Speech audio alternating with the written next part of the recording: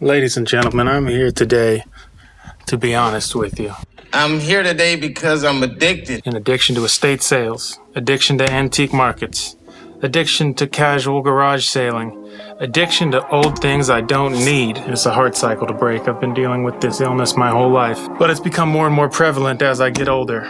Nostalgia farming. I don't know what I'm doing, but I keep seeing old things and I keep buying them. Most recently, last weekend, this pair of speakers for $120 that I definitely didn't need. And right behind those speakers at this estate sale, I purchased, boom, Panasonic cassette tape recorder.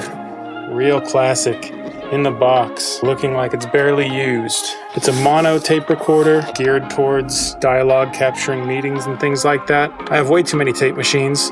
I've got several reel-to-reel machines. I've got several cassette machines. I've got mini cassette tapes. I've got specialized non-standard mini cassette tape machines. And I keep buying them and I don't need them.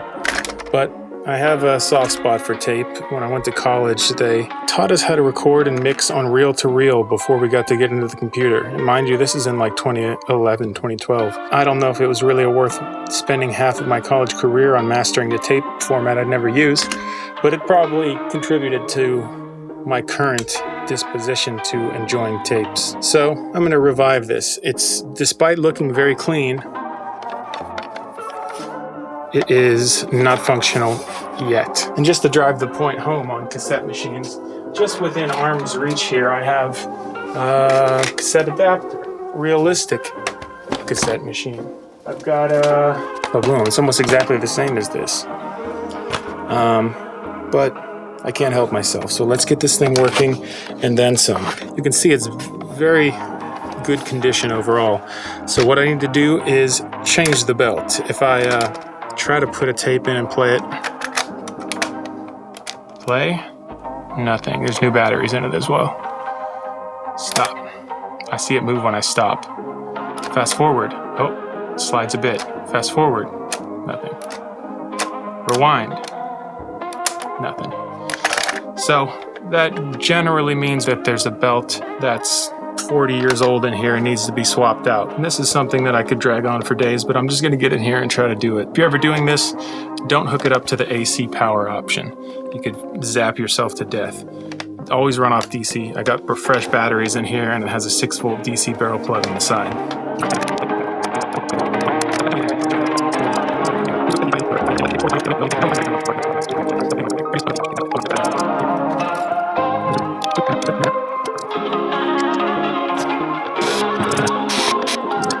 All right, I know this is 6 volts. Plug that in. Okay, it's reverse polarity. Flip it. Nothing. So it has a little power. Stop, play, rewind. Oh, it's going. Fast forward.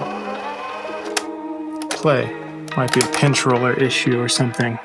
Oh yeah, the pinch roller isn't even pinching. The pinch roller against the capstan makes the tension to drive this thing. Just need to poke it with something.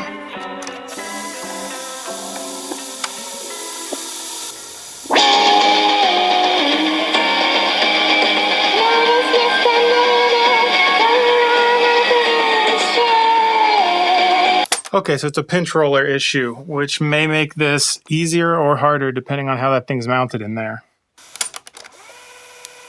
Rewind, fast forward are cherry because that works off a different mechanism. It uses the reels to spin it, but when you're going just off of the play function, this capstan, which is a little spinning rod, has to pinch against this pinch roller, another spinning cylinder, pinches the tape in between and pushes it through. There's still a little power in the reels to take up the extra tape coming through, but it's not actually what drives it. The pinch roller isn't coming enough up to pinch it in there, so my fingers are crossed that this is actually just a spring issue, and there's a spring in there that needs to be tightened up so that it pushes forward. There we go.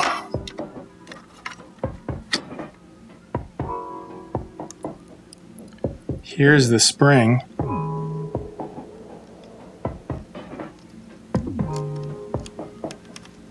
So how do I tighten it? That's how I tighten it. bending this out more. Or putting something earlier in this to interrupt it.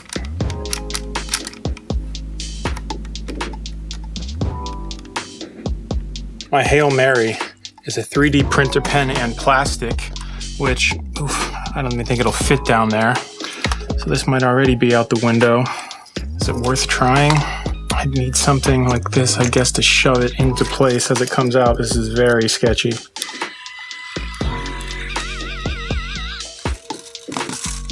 Yeah, that ain't gonna stick. Maybe if I super glue it though. Be a very sketchy way to go, but I think it might work like that. All right, this super glue is drying slow as hell. I've been sitting here for 30 minutes and it's still not dry. I'm losing my patience. It's make or break time. It's make or throw this in the garbage time. Trying it. Got it. Did it. As long as that bond holds. It's working, even though it just sounds random.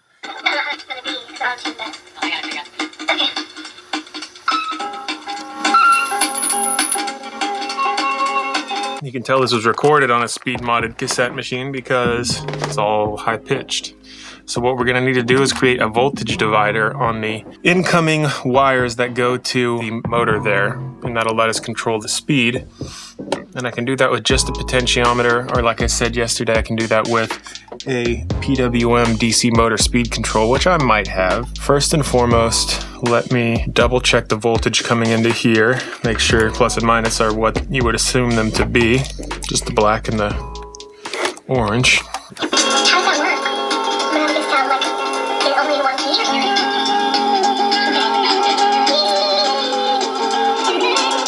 Wash your hands.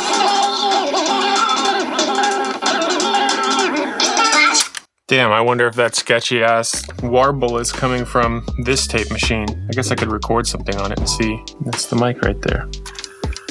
Here we are, testing it out, hoping it works.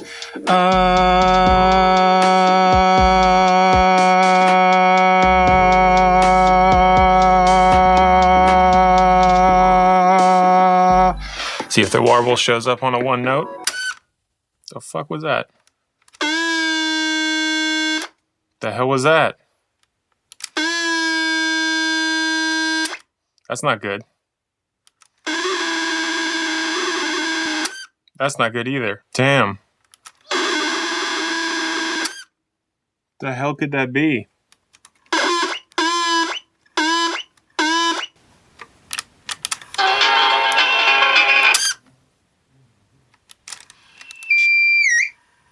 Play? No. Record. Hey, what the hell was that? Was it just feedback? I think it kind of sounded like feedback.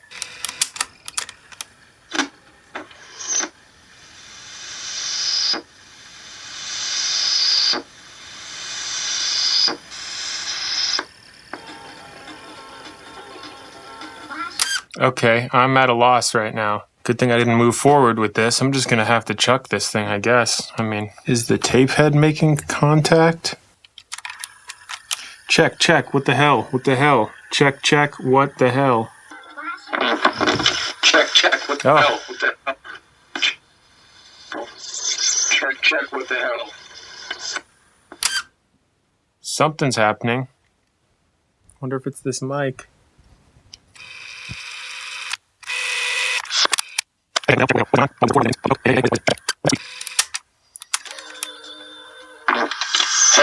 what the hell? Check, what the hell? What is going on? Why wouldn't this work before? Why is it intermittent? Pokey poke. Hey, what is it? I mean, it's getting somewhat better. Getting that weird squeal every time I'm not talking, though, which is a little disconcerting. Let me try this one more time.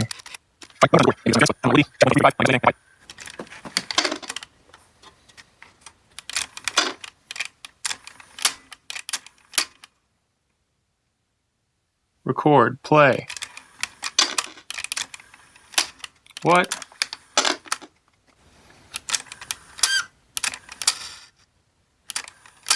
This is real annoying. I'm gonna see if it has anything to do with something that's not working because this is off. I smell maybe some burning or something.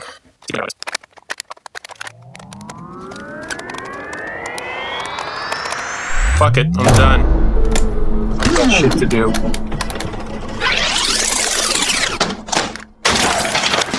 Calling it. You have to know when to cut your losses here. Just for the hell of it, let me show you a successful example. Realistic, you may know them. Radio Shack brand.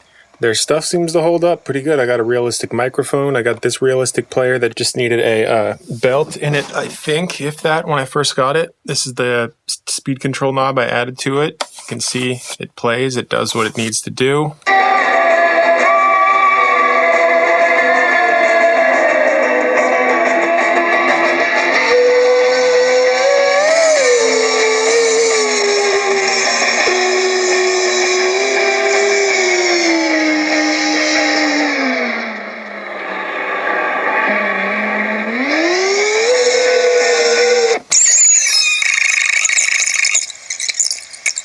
I gotta figure out the key.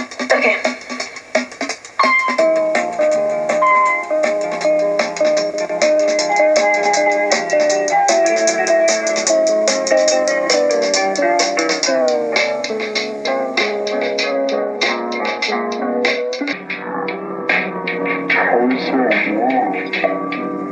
So yeah, that was just someone doing karaoke, and I just left this on in the background. This one's much better off the jump. It has a tape counter on it so you can see your positioning.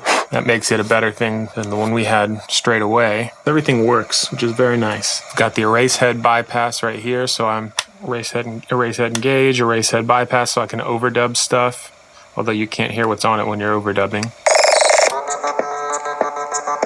Yeah, here's like a little synth that I made. Recording the synth into this with a kick drum going.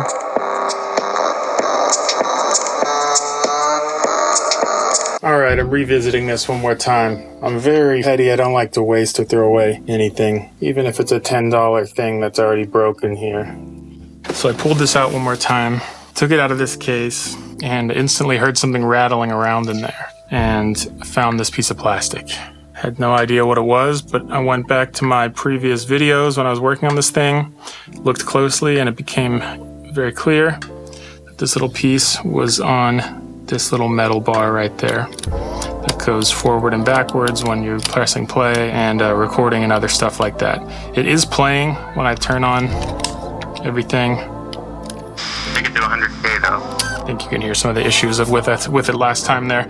I haven't tried recording again yet. I suppose I can do that right now and just see, because I'm curious what happens without this thing. It was broken in two pieces. I glued it back together. Check, 22, 88, 45. Check, 22, 88, 45. This is an important distinction to make, because if it doesn't record, then maybe I won't fix it. Sounds completely flawless. It seems like this piece isn't messing with it at all. I'll put it back just to be safe. It apparently helps with the travel, the tape path. It also helps with the erase head right here coming into contact the right way. It just helps align things overall. Get it back. Nope, instantly broke again. So what I'm gonna do here is add some super glue and some baking soda. That's like the trick to make a stronger bond together there, because I feel like this flimsy plastic bonding to this metal is not going to be a great situation. That'll work. That's what that's actually for. It's a powder application tool.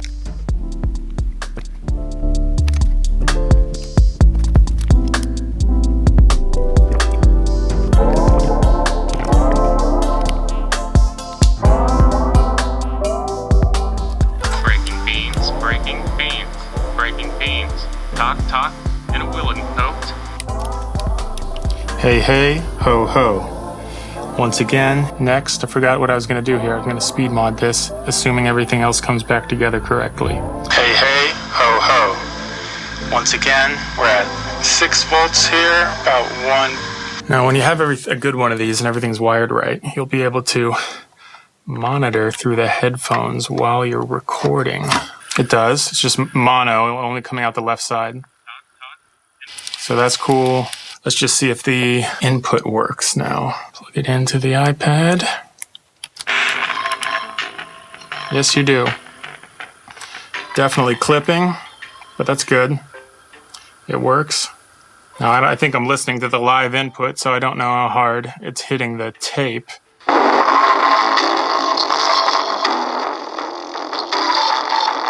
All right, I think we can move on from here. I am somewhat concerned that the playback wasn't working and these weren't staying down when I put the case back on. It makes me wonder if there's maybe something in the build of the case that wasn't seating right under it, keeping these from latching into position. Next, we'll do the speed mod, quick and easy. Create a voltage divider with potentiometer or a variable resistor as it is. We can try some different values. Usually 10K is a safe bet. First thing I have to do is desolder the positive line from the motor, and that's going to run through our voltage divider for one of these potentiometers, and the variable voltage will come out back into the motor. This can stay there. I'll just have to solder another wire to that as well.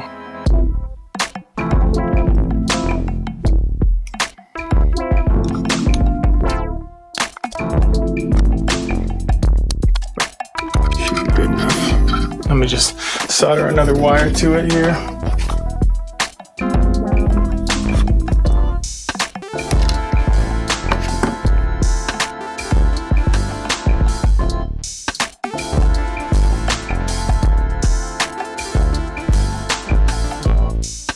All right, now we're gonna start trying out some potentiometers here. Find the one we like, then finish the soldering. One of these legs on the outside is gonna be the output voltage. One of the legs are gonna be the ground, or minus, and then the center is gonna be the wiper, the input voltage. It's as simple as that. Depending on which side I put the positive and negative on here, speed will go up and down either clockwise or counterclockwise. I think I've got it clockwise right now, but I'm not 100% sure on that. We'll see. Just to demonstrate this better, let's get actual tape in here. Ideally, something with some music on it, actually. Let me grab a tape with some music. I actually got this bag with a mic stand. And much better for tapes. Most of these are from my dad. I haven't listened to most of all of these. The ones that my dad, basically all of the ones my dad, I only listened to one or two so far. This will be interesting. This is all full of tapes of his, so is this.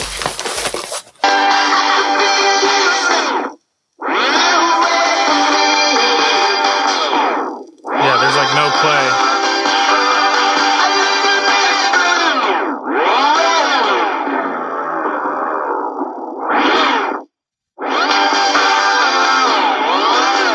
Barely have to touch it. I haven't played with this stuff in a while, so I can't say right off the top of my head, but you'd think that if it only has a tenth of the knob throw to move and then it cuts off, that it would be at max resistance at that little tenth of a knob throw, meaning that it could do with 10 times less resistance, a smaller value. But most people wouldn't be using 10K if it was like this tiny little values that cause this. 10K is a pretty common one to use in this scenario. All right, I have a single 1K pot here.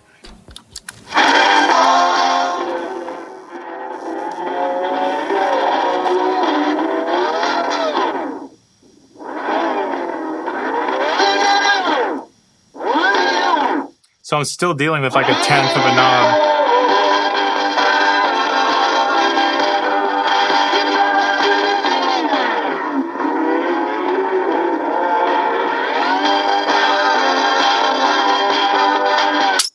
That gives me slightly finer control, but still not nearly what I need it to be. Yeah, maybe a fine adjustment pot like you'd find on like voltage controls and stuff would be better. I might have some of those. I've never tried that before. Probably get really precise with your tune. Let's just, out of curiosity here, move it up to 100K.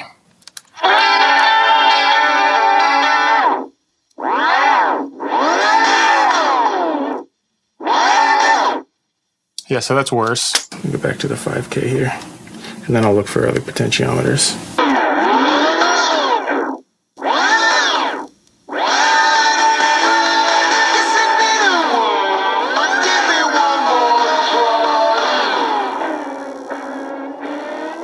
Yeah, I mean, that's not great at all, as we've determined. Yeah, so I'm getting suboptimal everything with all of these. So if I really had to, I could settle with the 1K and just barely touch it, but that's no fun. I want to get actual control. I want to be able to like find different pitches intentionally and return to them when I need to get there. So let me see what else I got. All right, I didn't find the multi-turn pots I was looking for, but I've got options other than that.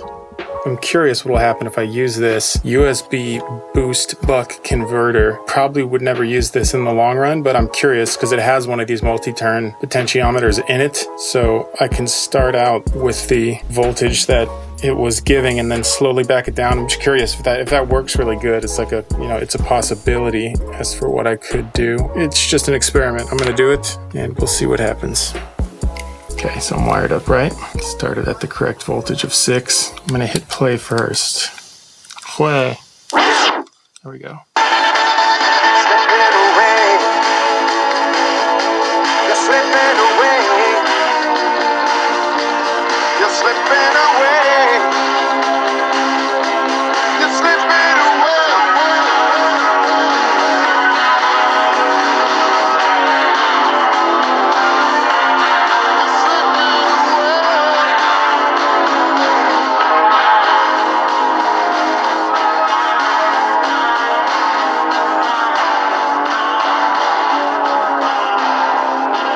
So good.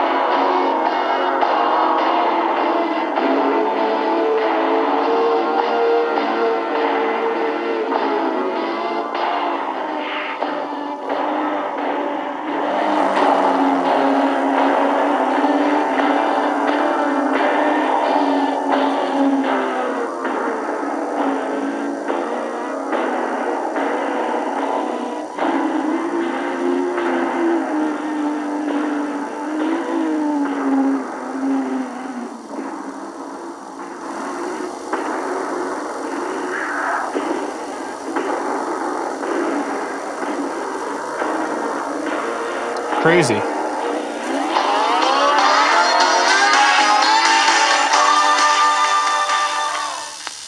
right, I mean, that works so good. I'm tempted to actually use that. Let me try to make a better situation with a potentiometer first and see if I can spare using that buck boost converter and dealing with the potential issues that might bring on. But that works so good. I'm like, damn, I really hope I can recreate that with just a normal potentiometer here instead of using that thing, even though those are really cheap anyways.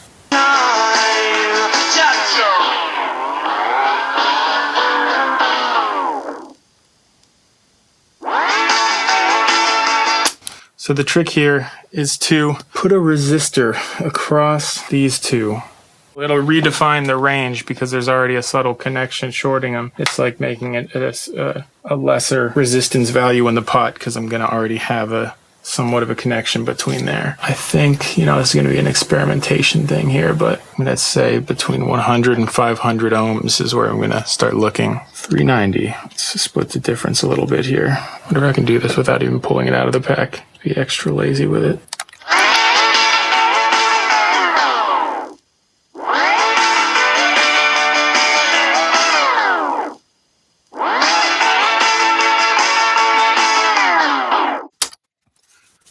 Yeah, I'd say that's pretty ineffective. Maybe it's not fully making contact though, so let me revise this.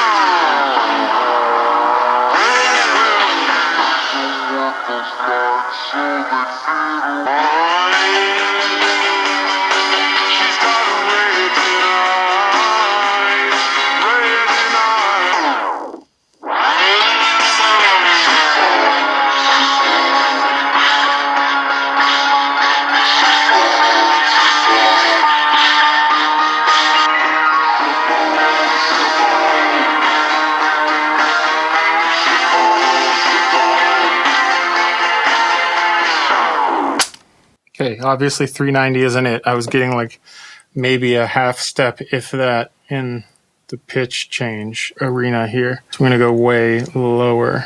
Let's go 100. So I'm setting it with the speed change already in action so I can see how much this modulates it.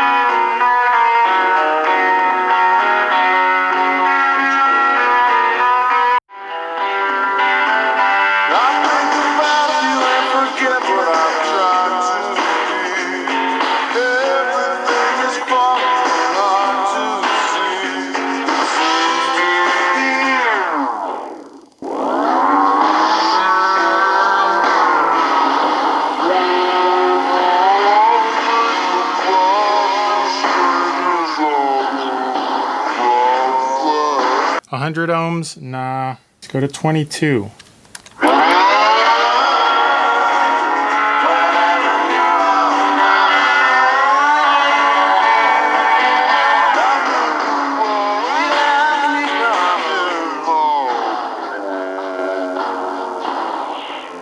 Yeah, we're getting a lot of throw now.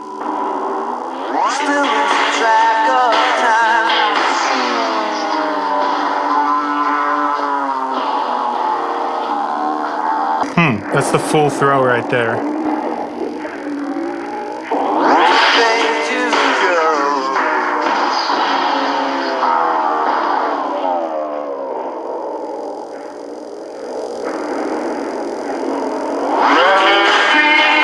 So it never gets to the point of fully dying there, but it gets low enough. Yeah, usually gets to the point where it's so low it dies, which is not that useful, I guess, really, if you think about it. So I might as well not let it die all the way and try to define a more usable range. 22 ohms, let's go even less. See what 10 does.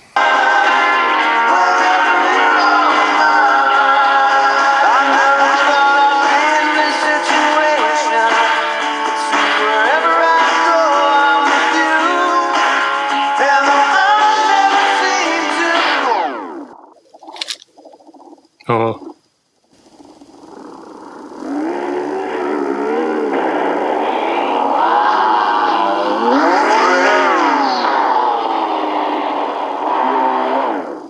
Why is it smoking?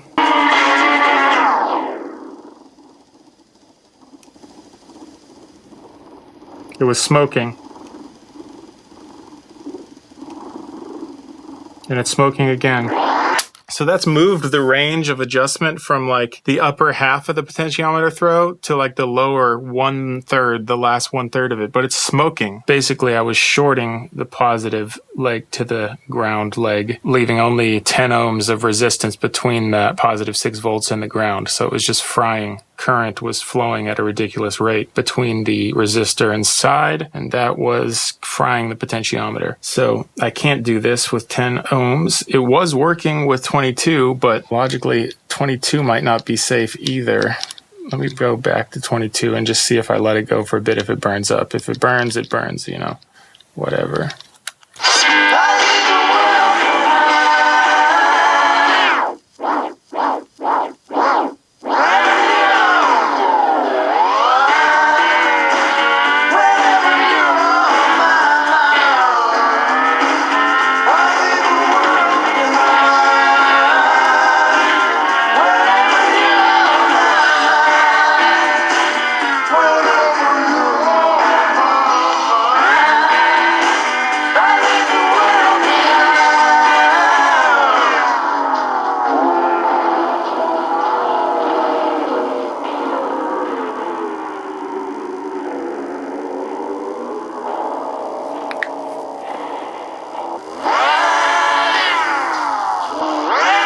What I'm really shooting for is an even distribution of the speed, because I'm still getting like 70% of my adjustable range in the first 1/3 of the throw, and then the rest is just a really fine adjustment of a slow-ass signal.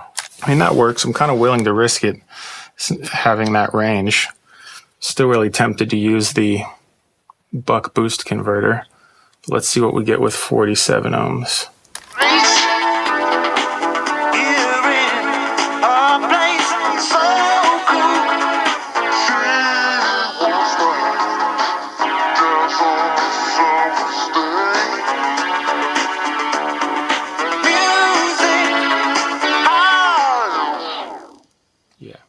lost all of the control there. Just in that little change from 22 ohms to 47 ohms, I lose it all within a third of the throw.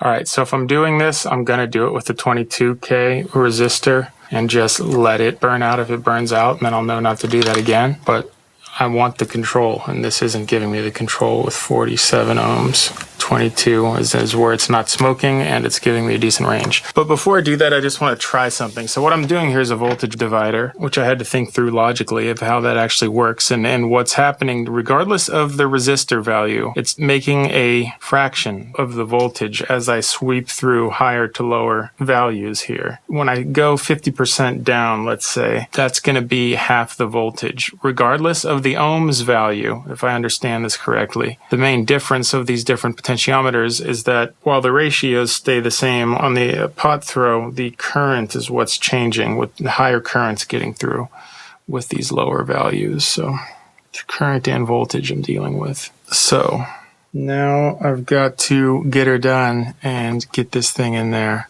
I need to start digging my hole through the corner of this. So just going to Dremel through, lock that potentiometer on, and then hopefully close this up and call it a wrap.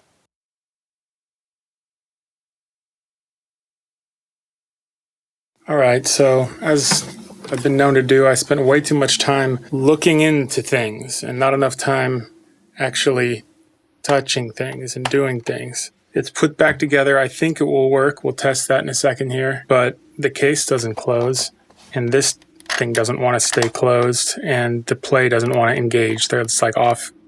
It's off somehow. It takes two hands to hit this thing. Stay in.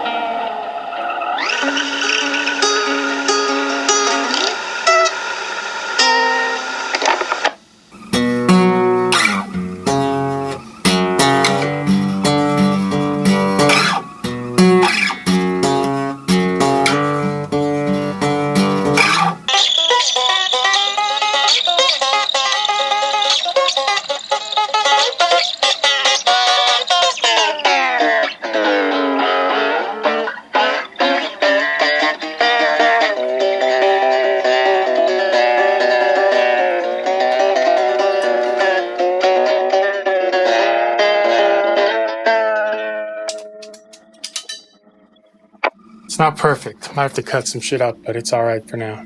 All right, so I was very tempted to just stop what I was doing there, but I was being a bit hasty about it. It's not done. It's not ideal. If I haven't showed on the video by this point, you know, we're having issues. This isn't closing all the way. This whole side is, the seam is like apart at this end because of this potentiometer, basically. It's pushing up against the plastic here. That's supposed to close down. It's like just slightly off enough that this whole side is stuck up. I can't get the screws in to close it, for one. And it's screwing up the play and the stop, and I have to like squish this down to make it work, which is because it's all popped up and out of whack, so. And this is an issue too. It doesn't want to, this is a screen problem. That's partially because it's entirely because I messed up that screen. I might take it out or replace it. I'm not sure. I'm not going to be lazy about it. Let me fix this. I think I might be able to fix it relatively easily. Ooh, I can hear stuff in there. It's not great. I think I can fix it just by cutting away at the plastic a little bit, and hopefully that will do what I need it to do.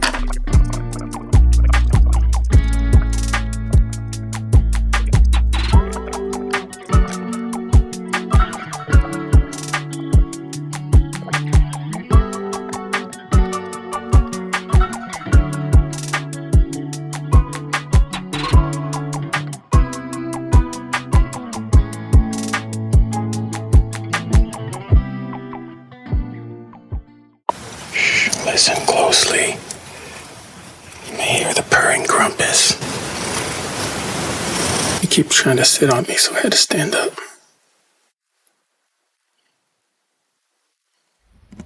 What are you doing down there, Hades? He's a good boy. Grandpa. 13 years old. So I was able to cut into that, like cut part of that battery compartment out and still fit the batteries in. Had to glue this down here, here, and here.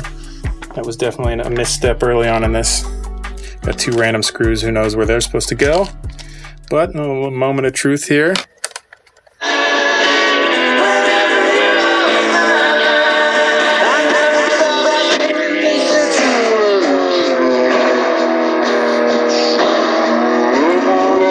I was gonna say maybe I shouldn't be playing this stuff for copyright, but I think the speed will do the trick.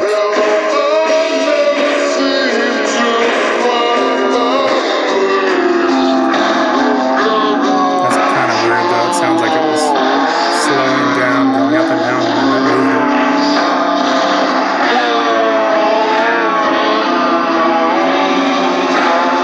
May not be very stable.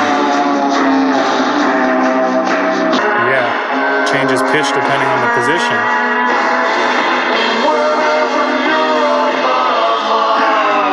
Whoa. Maybe because of gravity?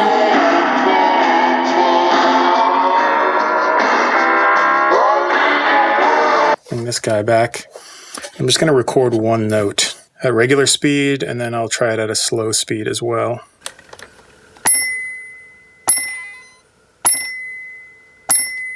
Now I'm just going to start recording and slow the tape real time. We'll keep it there.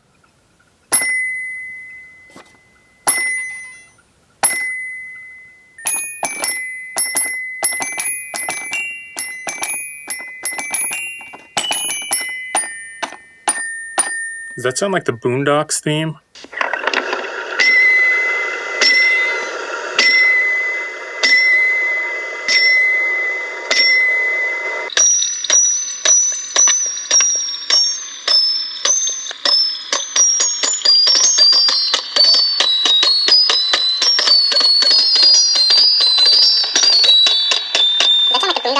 That sounds wild. I couldn't tell. It sounded like it definitely wasn't staying on, but it went by so fast I couldn't say.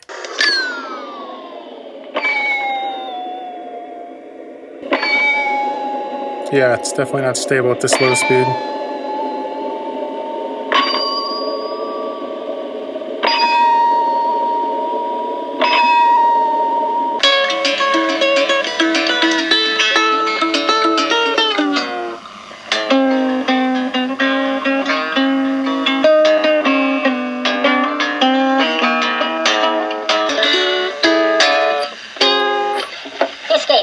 Why is this?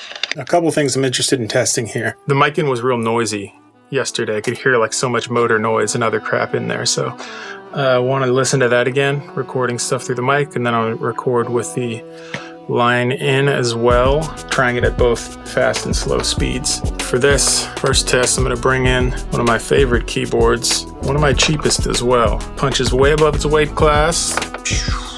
PSS 100. Yamaha classic 80s toy synth that is about as far from a toy as it can be. It's so cool sounding. I've done a full pitch mod on here and some modifications to add an output and have a stereo and mono switch on the output as well as speaker bypass. I'll do a video on this eventually probably.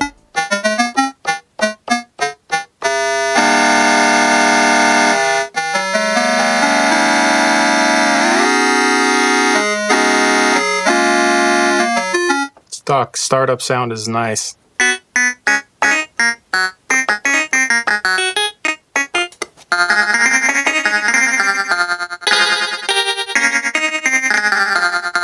This one reminds me of like a D'Angelo sound that I heard in some of his songs.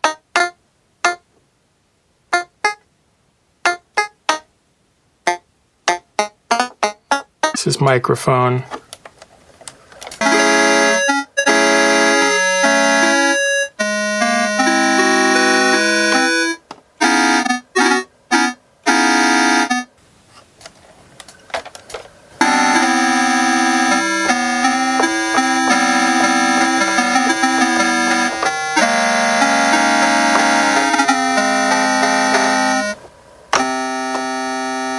I kind of want to make sure that that worked for the line in there.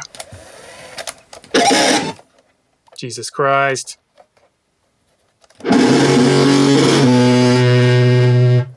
Sorry about that, dude.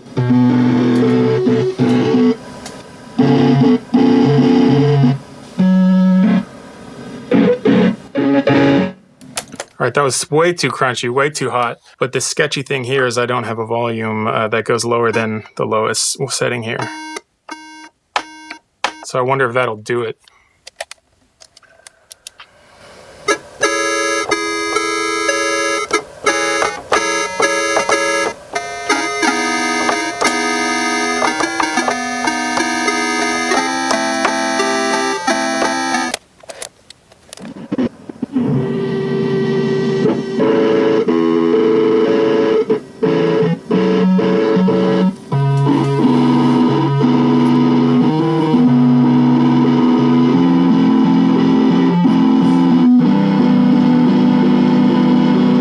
Let's see if the mic is all right now before I move forward.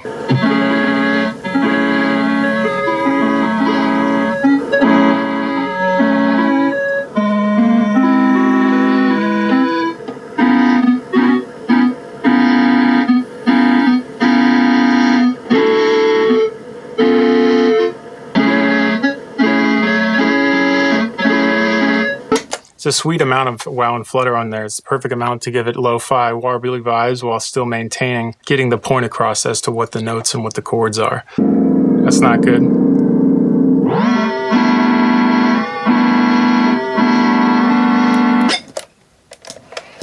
Sometimes this tape gets wound weird. Hopefully it's just that.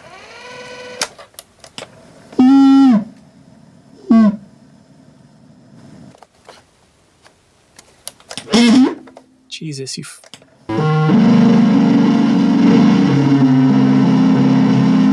All right, I'm actually going to try it with something turning it down a bit more.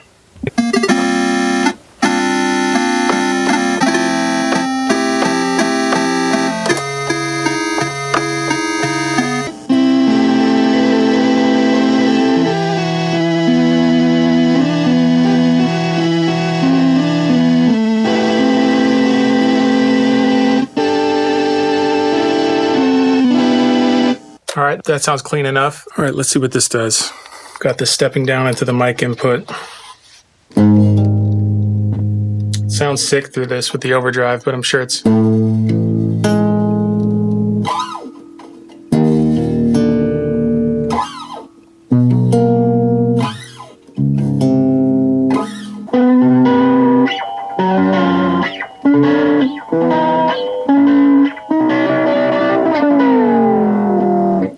All right, that was actually not too bad. Let me trim it by 50% maybe and just see if it comes out super clean comparatively. Well, would you look who it is? Smeesh Nees McGeesicles in the flesh. Try here at the slowest speed.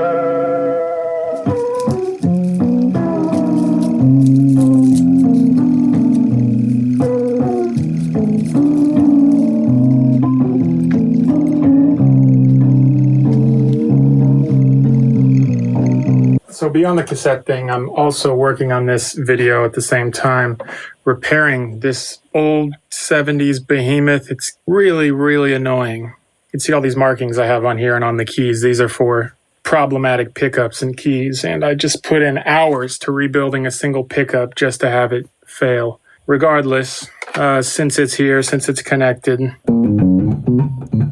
let's sample it into this thing. Let me maybe set a speed first. All right. I'm gonna just record this Rhodes here via the built-in mic, so I'll set it closer to the speaker that this is going through. And we're rolling at a snail speed. Maybe I'll change speed just halfway through this here.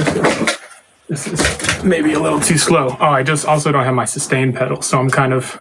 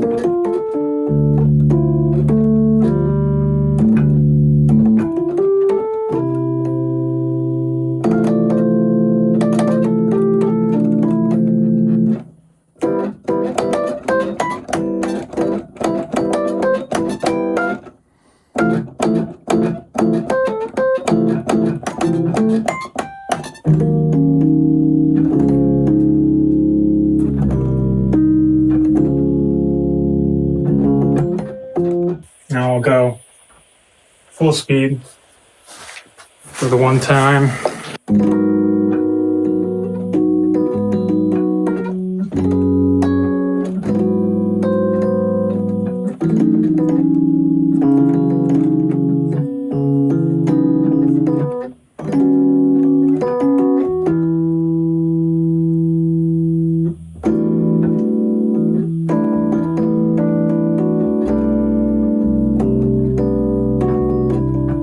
All right, that's enough of that. Plenty to sample to listen to. In terms of this thing, a complete mess. This is going to take some money at the very least.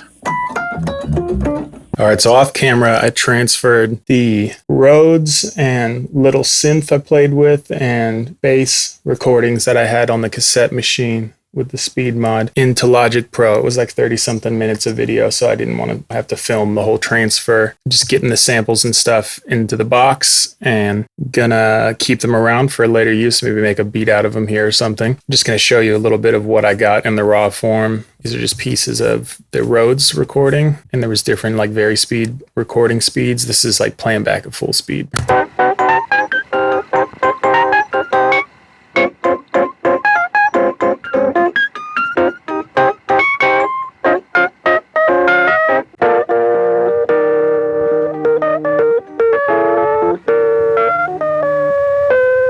Varying levels of pitch, warp, and wobbliness to it. Down here, I got some more sustain chords and stuff that are, I think, at regular speed, more or less.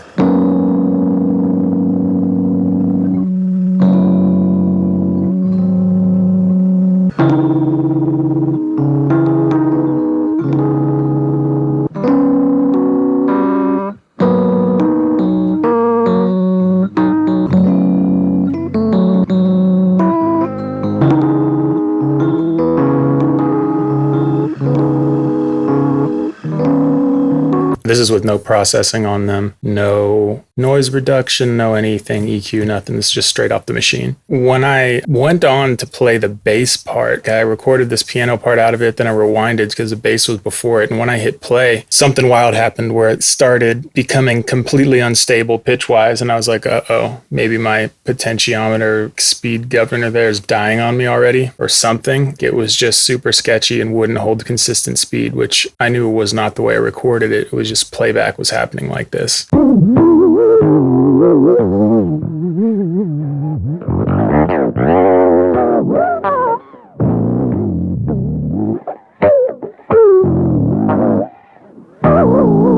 That had me a little worried. I'm like, no, it's fun to have some lo-fi vibe and wobble to it, but you don't want the central tonality of everything you're doing to be compromised to that extent. So that was worrying. And I think if I look at it here on Melodyne or something, if I can find a single note sustained, we'll actually see the pitch travel relative to just a central point. I'm not sure if this is one note, but it kind of sounds like it. Might be able to see how crazy it's going. You can tell it's spanning multiple semitones up and down of just wobbling out of control. Yeah, I mean, it's just crazy. It's like a whole 2 octaves of, now this is probably just it getting confused with which octave it is, but it's definitely a span of these like 10 notes or so. You can see this is probably 1 note sustained and it's like whoop, all over the place.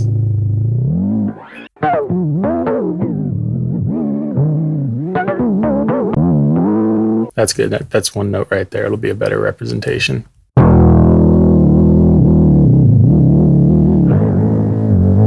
So yeah, it's too much. It's interesting to watch this little line, which is the actual absolute pitch. And you can start to see patterns repeating themselves as like the motor hits certain repetitive pitch wobbles. So that worried me, and it was going on for quite a while. So here I'm hitting sustained chords. You can totally catch the wobble. So I thought I might be screwed, but then after letting this play out and being kind of worried about it, I stopped the tape machine and I just rewound to a different part and then I would stop doing it. And then I came back to the same part with the bass and it was not doing that anymore. So I don't know, ghost in the machine. I can't really say what was causing it that time.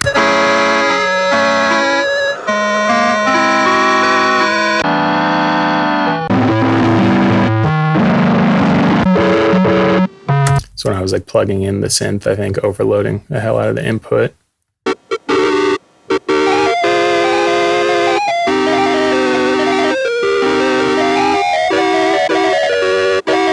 Here's where the bass is actually working, so I'll probably grab some from this raw material. I've already got some keys over there. The synth stuff is all right, a little harsh.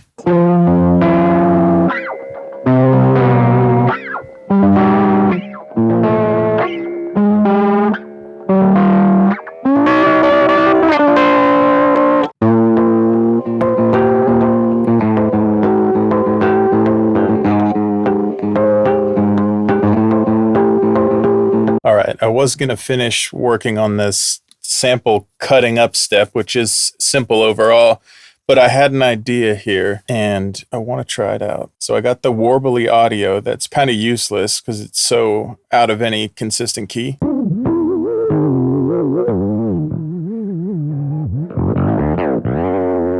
But I'm going to try to change that just out of pure curiosity here to see what I can do with this if I run it through some different processing. I'm just going to try a little experiment. I don't have any expectations for how this is going to end up. I just want to see what will happen if I force it into a key.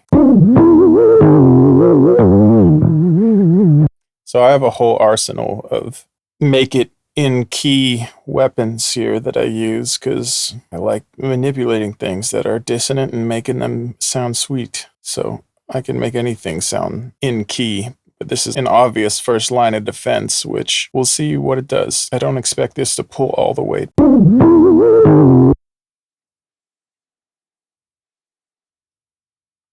Polyphonic.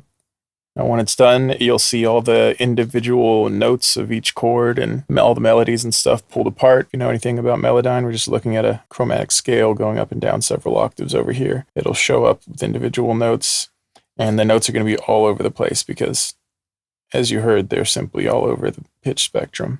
Then what I'm going to do is see what key it thinks it's in. It probably won't know. It'll probably say a bunch of different keys. I'll either pick one that it's mostly in or write my own key up here where it says C major, and then force it all into that key, and then kind of squeeze the pitch a little bit more and see if I can get it to start to pan out to some kind of cohesive tonal state where it's like actually all consistently playing in one key, even though it's a complete mess. Because I kind of like the wild wobbling of it. So if I could get that to kind of be wild, but also tame it to an extent, it could be a vibe. Here you see how it's tried its best to detect all the notes. Let's take a look at them. This is like kind of a processing intensive thing. So we'll see if it can actually swing this at 64 on the buffer. So there is no discernible key in my mind, but let's just see what they say. Analyze key. Okay, so you can see they, by their measure, there's all these different keys they see here, but mostly B flat major, E major. Trying to get a view of this whole thing here. It's taken forever to resize. Get rid of that. Get rid of that. Just gonna let it be all one key. I'll leave this E major just for the hell of it.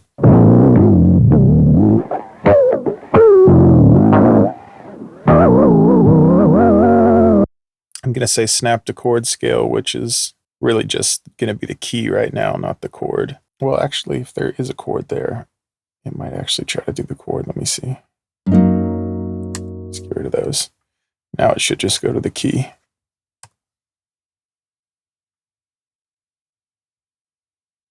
So now you can see it in all the in-key areas here, except for when it changes to E major, it looks like there's still all these out-of-key ones. Might be having trouble processing that whole key change. Yeah, it looks like it's staying in the same key.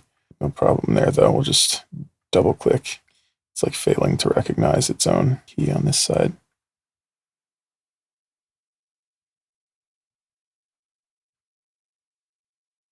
It spans so many octaves. The notes just don't stop coming. All right, reset those. Look what my snapping's at, because that could mess it up. Yeah, chromatic. Boom, there's that key. And this will probably still sound horrible, but let's just hear.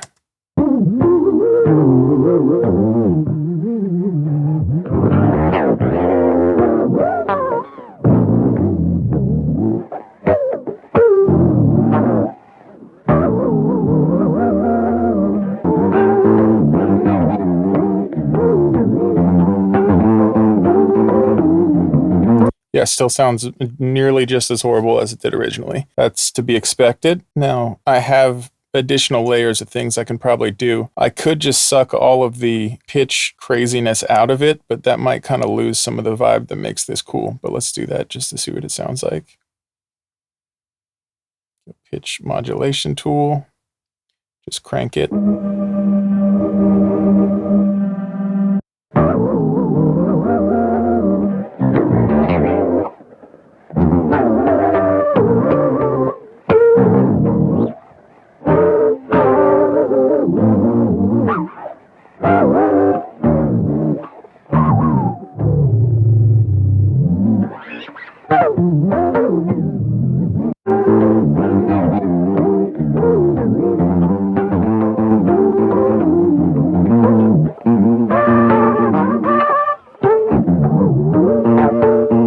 I mean, you definitely get more usable sections, but it's not that cool per se. This would definitely work better with more sustained chords and all these like small notes. It just changes too rapidly.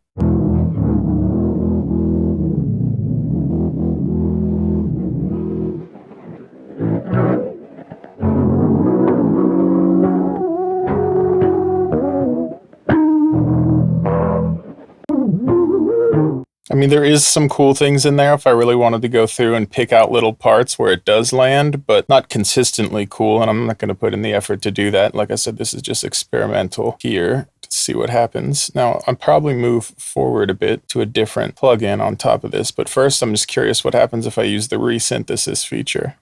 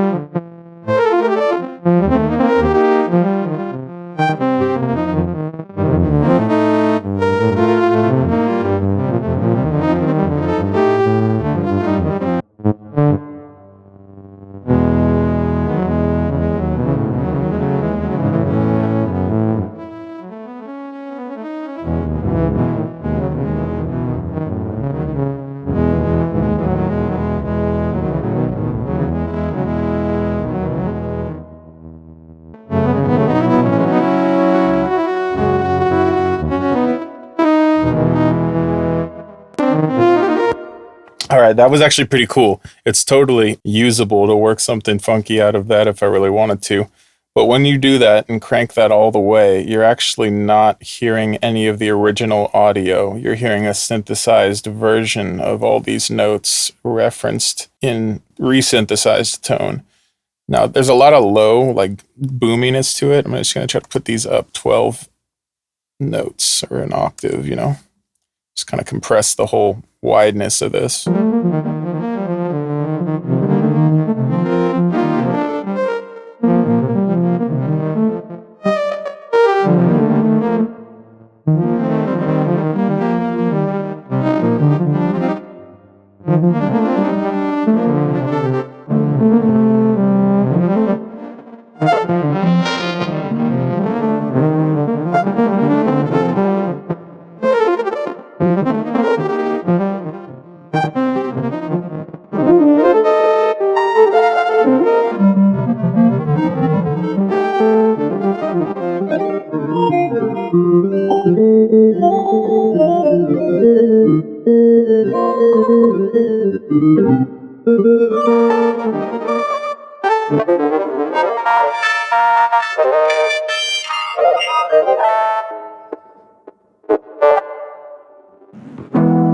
That's how you freak Melodyne. It can be fun, but I'm not going to do that because that's too much of a divergence from the original.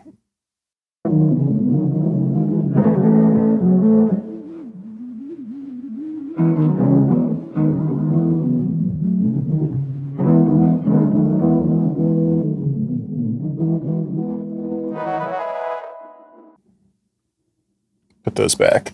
All right, I can just tell by the cadence and the way these notes are played that it's going to be probably too hectic regardless. Even if you could hear this, it's already like was hectic to start with when the notes were correct. But we can spectrally just choke it into submission here with something like this, or, you know, I have several different polyphonic pitchers that I could use. So we were B flat major on that first part.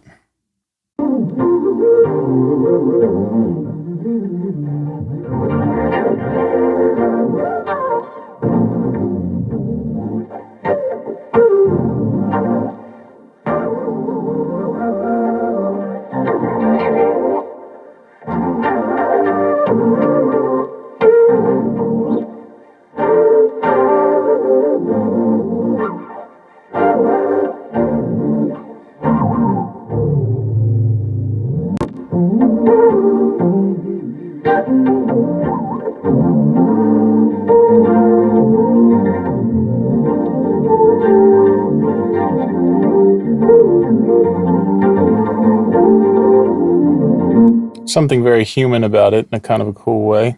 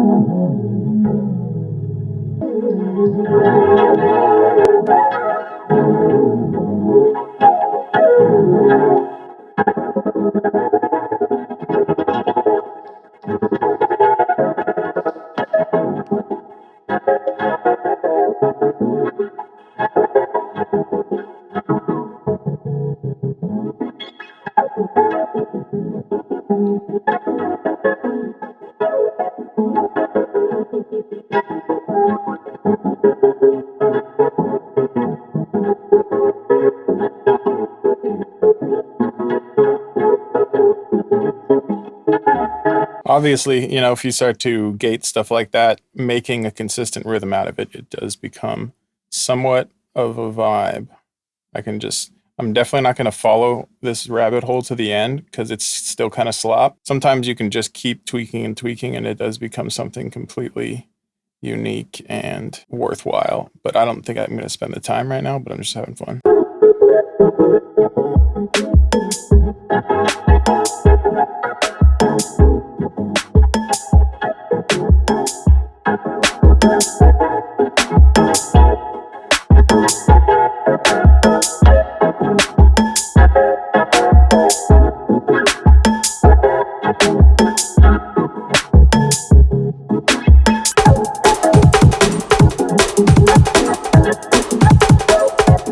Okay, a little drum and bass vibe, jungle track, yep.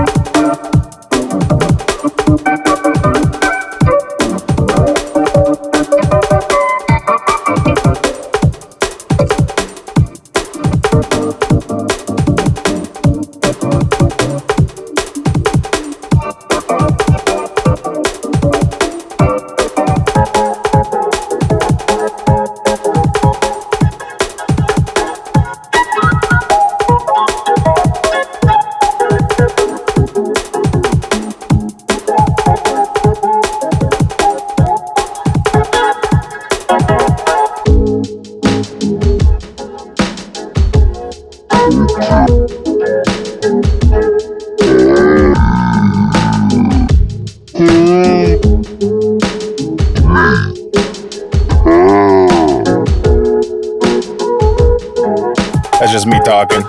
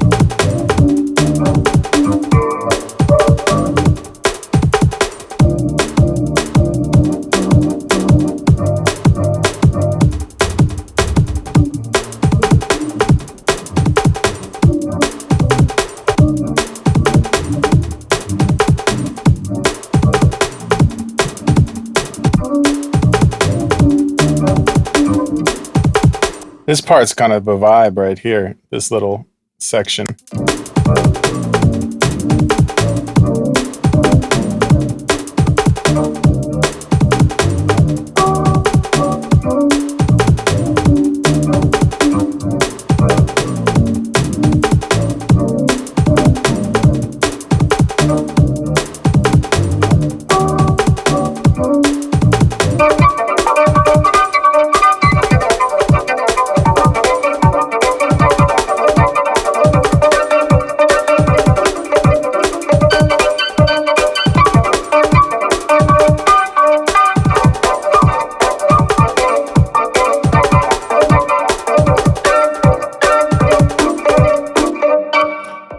Wanted to take myself more seriously here, I'd capture the output. Well, I could capture the output. Well, I am capturing the output. No? There you have it.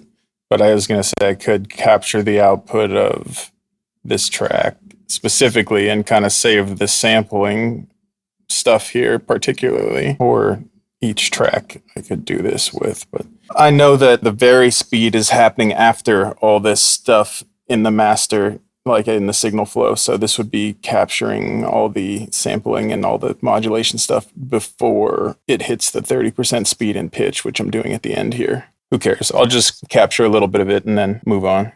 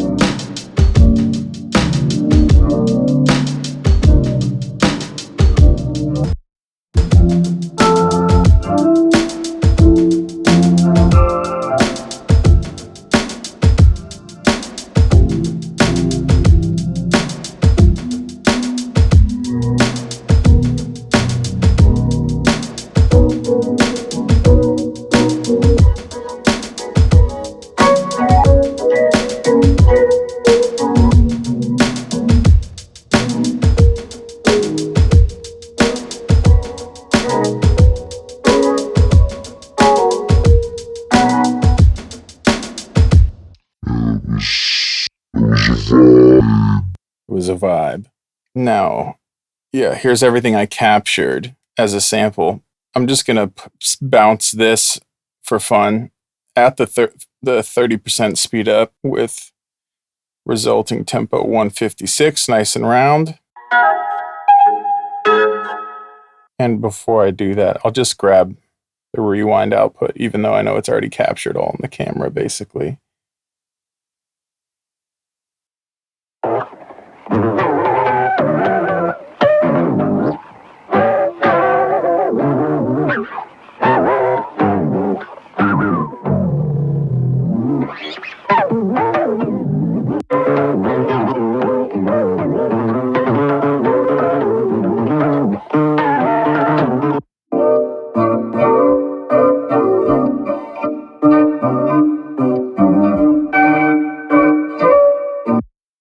It's stuff like this that is the reason it takes me forever to make beats and stuff, because I just like messing with things to a ridiculous extent, making something that was nothing, making something out of nothing.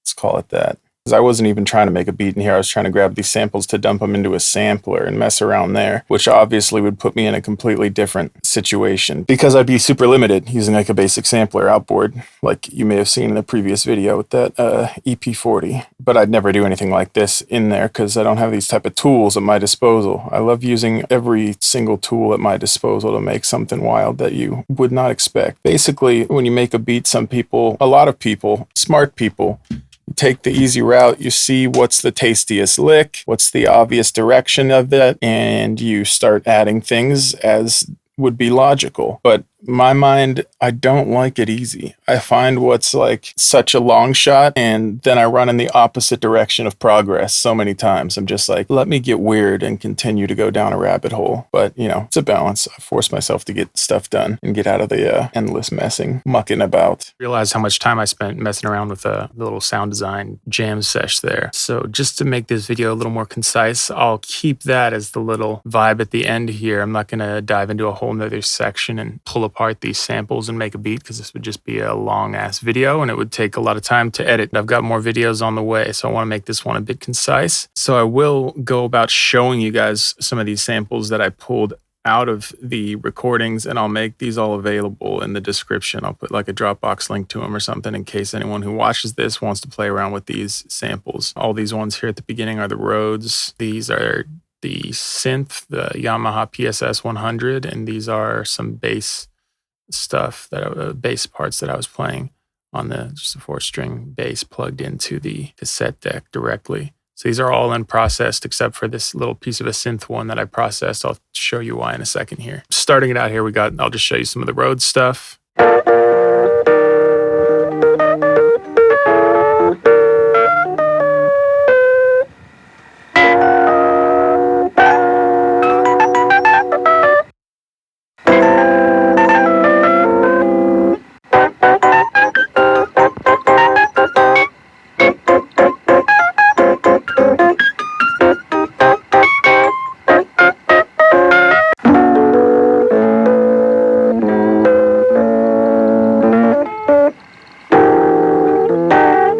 Just a lot of noodling, messing around. Definitely sampleable though. You know, we've got a real Rhodes here onto the cassette.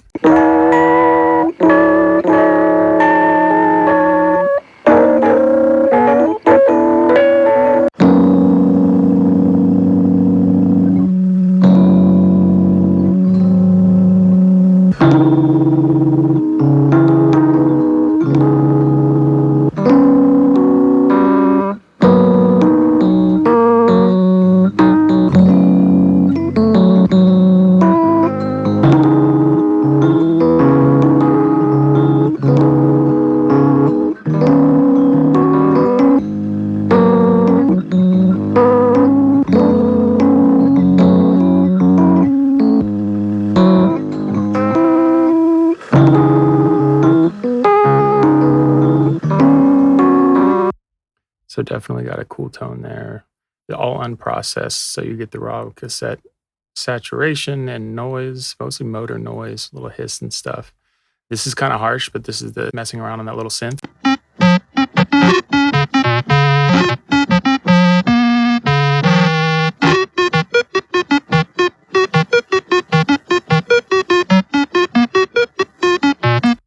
So I was like, oh, there's some potential there. I kind of didn't really lock in or hit the tempo consistently. So I quantized it to a solid 145 BPM so that it would be closer to an actual loop if you wanted to spend less time messing around with the individual notes and stuff. But I think just getting some of this, even one blip at a time, chopped up onto a sampler, just like auto slicing these little blips, I think that would be kind of sick.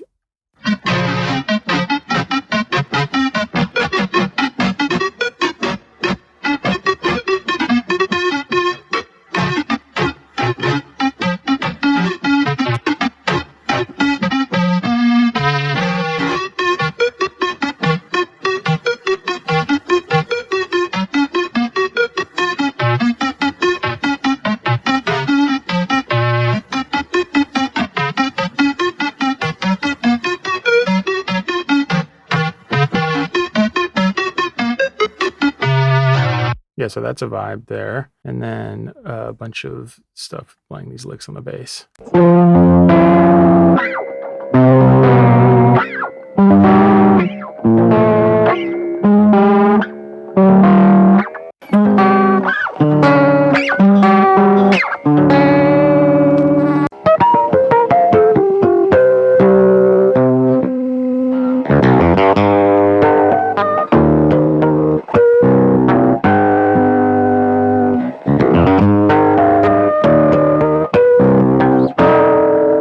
Jocko speed too.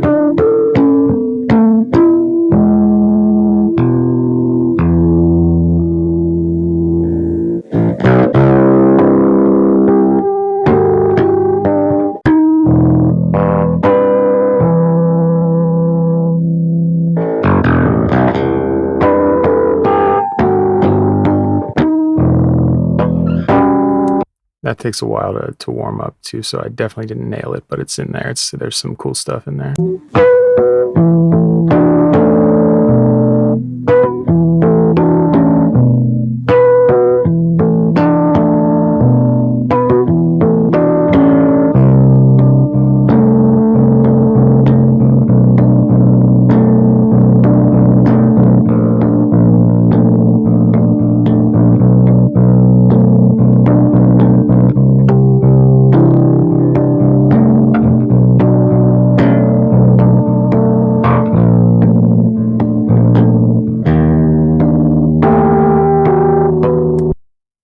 So yeah, I'm just going to export these. I'll name them roughly here and toss them in a link for you.